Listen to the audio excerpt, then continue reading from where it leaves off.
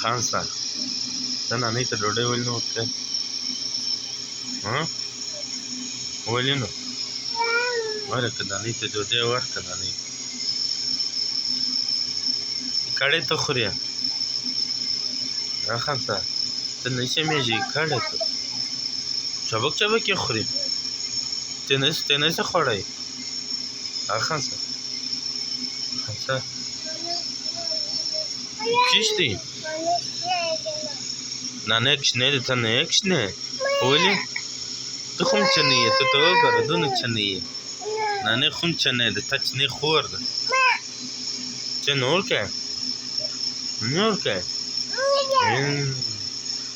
ګناه لري نانۍ خان صاحب ګناه لري